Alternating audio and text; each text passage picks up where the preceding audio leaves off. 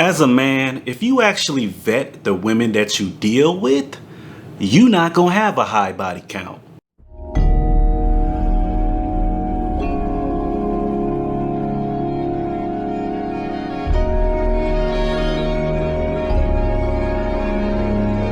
Make sure you hit the like, share, subscribe button, and thank you to our sponsor, A-Game, for providing us with an herbal male solution that promotes strength, energy, vitality, libido, all natural, true solution for men. This is A-Game. Fast acting, long lasting, with no side effects. And to get 10% off your next order of A-Game, enter discount code YOUNG10 at checkout. Link for A-Game in the description box below. I gotta bring this truth, especially because I try to help the youth for real. And we have to push and encourage younger men especially to do what's best for them. And what's best for them is to actually vet the women that they're dealing with. Vetting the women that you're dealing with involves you critically analyzing, what woman am I dealing with? Is she psycho? Is she crazy? Does she have a lot of baggage? What does this woman have going on in her life? Who am I dealing with? And it is virtually impossible to have a very high body count and also have high quality women at the same exact time. Virtually impossible. Anyone that tells you that that's what they did, check for the cap on their head. Just visualize the cap on their head, because they're likely capping. They're likely just telling you what you want to hear, lying, bragging, making up stuff to make themselves appear more of a ladies' man than they actually are. Having a high body count does not make you more of a man. Having a high body count doesn't mean anything other than it lets me know and other men know that, hey, did you actually vet the women that you slept with? Or were you just trying to have the world's highest body count so you can impress somebody? And see, we have to get out of trying to impress other men, impress other people with the amount of women that we've slept with, because that is not something that is impressive to a man who's a real ladies' man in real life. And I haven't made a video like this in a while, but it's most definitely time that I speak on this, especially when the Fresh and Fit podcast, a lot of their rhetoric and past statements are now being analyzed by many different people on social media, and deservedly so. And I did want to speak on a statement that Myron Gaines made, a statement that not only he has made, who is one of the hosts of the Fresh and Fit podcast. It's not just him that's made this statement, it is a lot of other people that frequent in the manosphere and red pill spaces.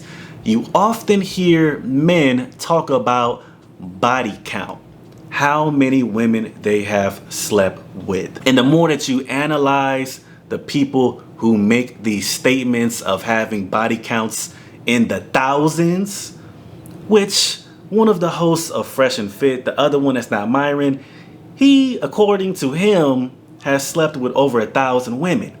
And this is a man in his early 30s, I believe. Both of them are in their early 30s. But let's go ahead and take a look at the clip of them actually saying this. And this clip is from Confidence Creator. Shout out to that brother on YouTube. I like his content from what I've seen so far. And he got a very relevant clip to this particular video. So Myron Gaines said Fresh has over 1,000 bodies. Oh, you don't believe me? Roll a clip. But I'll just say this real fast, because here's the thing. The RP is nothing more than guys sharing notes all across the world about their experiences with women. It's an aggregate of male information. Male and me experience. and Fresh, right? Perfect examples of this. Both we grew up nerds. We weren't necessarily the best with the ladies, but we figured out how to do this thing, and now we're pretty successful ladies. You know, we're both triple digit notch count. He's in the quadruples, and I'm here to tell you guys right now, as a guy that came up, these truths are they're evident, man. So Confidence Creator, he was calling BS. Fresh and Fit, them having such a high body count, especially Fresh having over 1,000 women that he's claiming that he has slept with. And I don't care if it's true or not. The fact that he even made the statement, and Myron Gaines, the man who we saw speaking, stated that we're more successful with women now, they are equating a high body count to success with women, which I am challenging that completely, because there are men that have a high body count, and they have a high body count because they pay a lot for the kitty. They pay for it. And it's very easy to accumulate a high body count if you're willing to go pay for it, especially if you're willing to go travel to pay for it. So simply having a high body count doesn't mean that you are successful with women, you're good with women. It doesn't translate into any of that. So we're gonna call that cap. We're gonna call that a bluff. We're gonna call that untrue outright. If all you're getting is sex from a woman, you're not getting very much from the women that you deal with, which all goes into what I really want to speak on this matter, which is the vetting process, because you have to make sure that you are vetting the women that you're dealing with so you are getting the most desirable results from the women that you deal with the least amount of trouble, with the least amount of toil, with the least amount of threat, and with the least amount of time. So a concept originated by Dr. Holman, a man's vetting process, the 4 T's: time, toil, trouble, and threat. Something that every man must consider during their vetting process with women. And make no mistake, what I'm saying about fresh and fit applies to every man who claims to have a high body count. My first question to them is always, have you been vetting the women you've been dealing with? And if you have a high body count, the likelihood is low. The higher the body count, the less vetting you probably did. And vetting is a key thing that every man must do if he actually values himself for real. He's not just latching on to a talking point. I'm a high value man. He's not just saying that I'm high value. He's actually valuing himself. When you value yourself, you care about who you're dealing with, because who you're dealing with can ultimately cause a major significant impact on your life in a negative way if you're not careful enough. So the first thing you need to keep in mind when it comes to vetting women is the time. And I've spoken on this previously. I've actually mentioned putting women on probation, so to speak, when you first deal with them. I use that analogy the same way when you first get a new job, how you're on probation. That is a good way to start when you first deal with a new woman that you don't know. You need to get to know this woman over time, and you need to determine whether or not the time you're investing is even worth it. So you need to keep that in mind. Most men in today's society understand that he has to invest the intangible and non-renewable resource of time to get to know a woman. He's determining if the reciprocity he receives benefits him moving forward. So there must be reciprocity being received. She must be given to you while you're dealing with her. Reciprocity, you're giving to each other. That's what it is. You need to be a benefit to her. She needs to be a benefit to you. And sex alone, that ain't no benefit. That's not enough. You talking about, that's little. That's little. That is not much of a benefit. You need to value yourself more and expect more when you deal with people than just some little sex. That ain't nothing. Especially to a man who's actually experienced with women. There's so much more that she can bless you with if you actually seek that. The tangibles, the intangibles. Is she worth the time? That's the first thing you need to consider when you start vetting women. Is she worth my time? Is she trying to drag things out unnecessarily? Or are you dragging things out unnecessarily dealing with this woman? Or is it best if you just let her go? The toll. What price am I paying to deal with this woman? And I know that a lot of dudes lately have been gravitating to being a trick. A trick being a man that pays for play. You paying for the kitty. You quick to get your wallet. You the fastest one to your wallet before she even talk to you. Before you even talk to her, you already got the wallet in your hand. Yes, that is part of a toll in that context. Paying, if you're the type of dude that does that, which I don't encourage you to pay for play. I don't encourage that. That is not the ideal way to deal with women.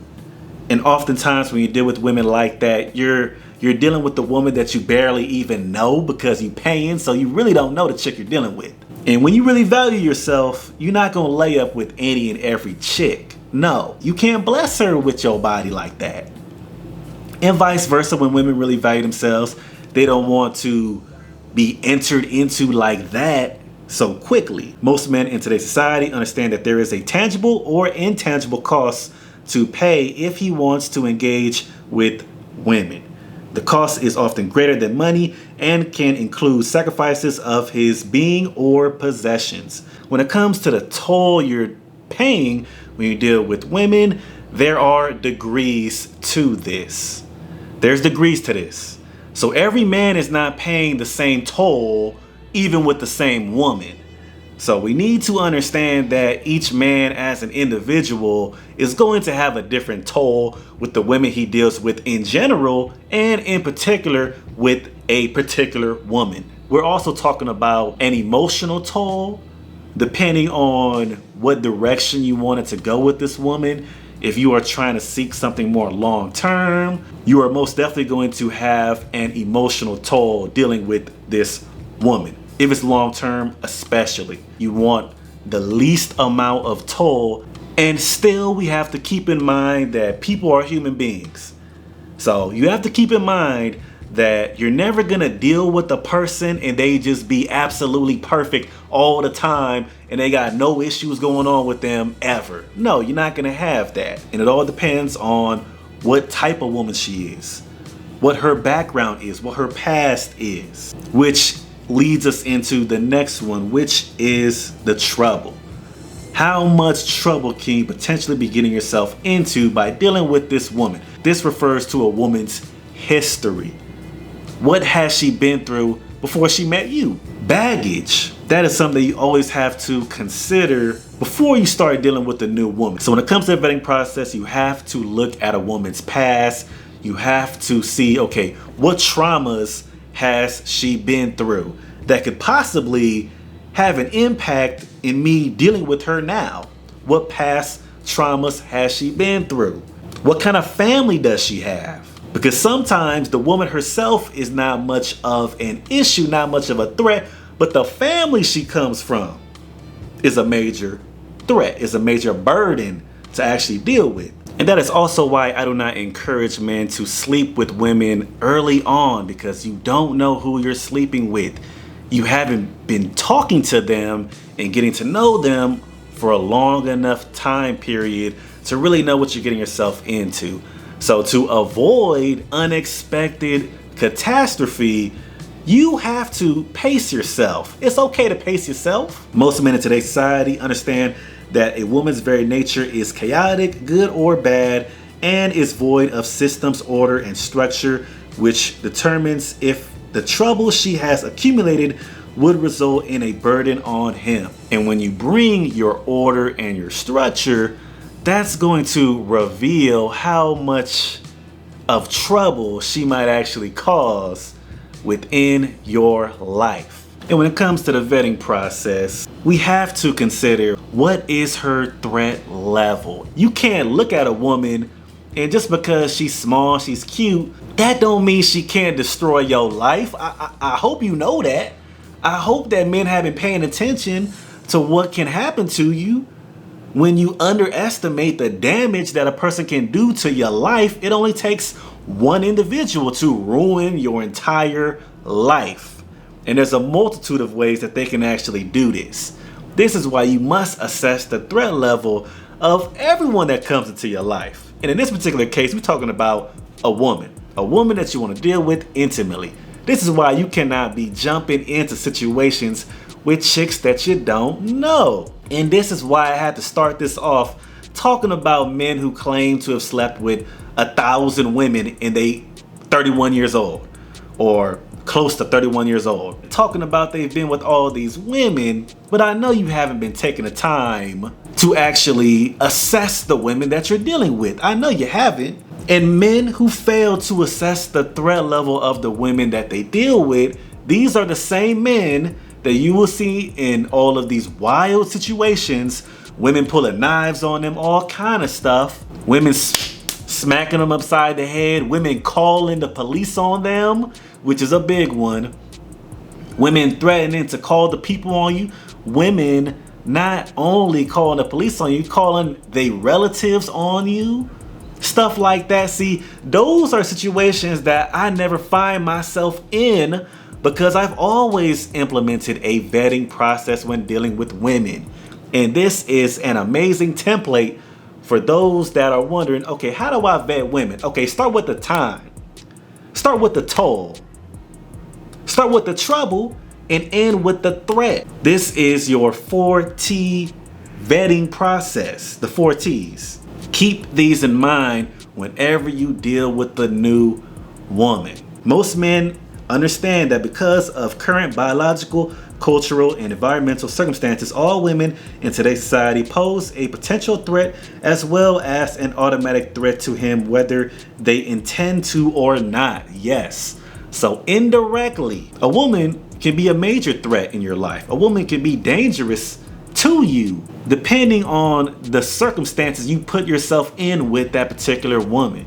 So I just wanted to give you guys a guide, a template to follow when it comes to vetting women. Something that every man must do, and we will hear more and more about the damage being done to men's lives who fail to vet women. We're gonna keep hearing about this, and I would not be surprised that the individuals claiming to have slept with hundreds and thousands of women, if we start hearing more and more about the drama that is going to be coming from their lack of vetting the women that they dealt with, the women that they slept with. We're gonna hear about the drama more and more, increasingly, if men do not vet the women that they deal with. And don't let nobody shame you out of having a vetting process. It is an absolute necessity. And yes, you will end up being with less women the more you vet. But you will be with the better women for you. You will be with the women that were actually meant for you. And make sure you hit the like, share, subscribe button, and blessings to you.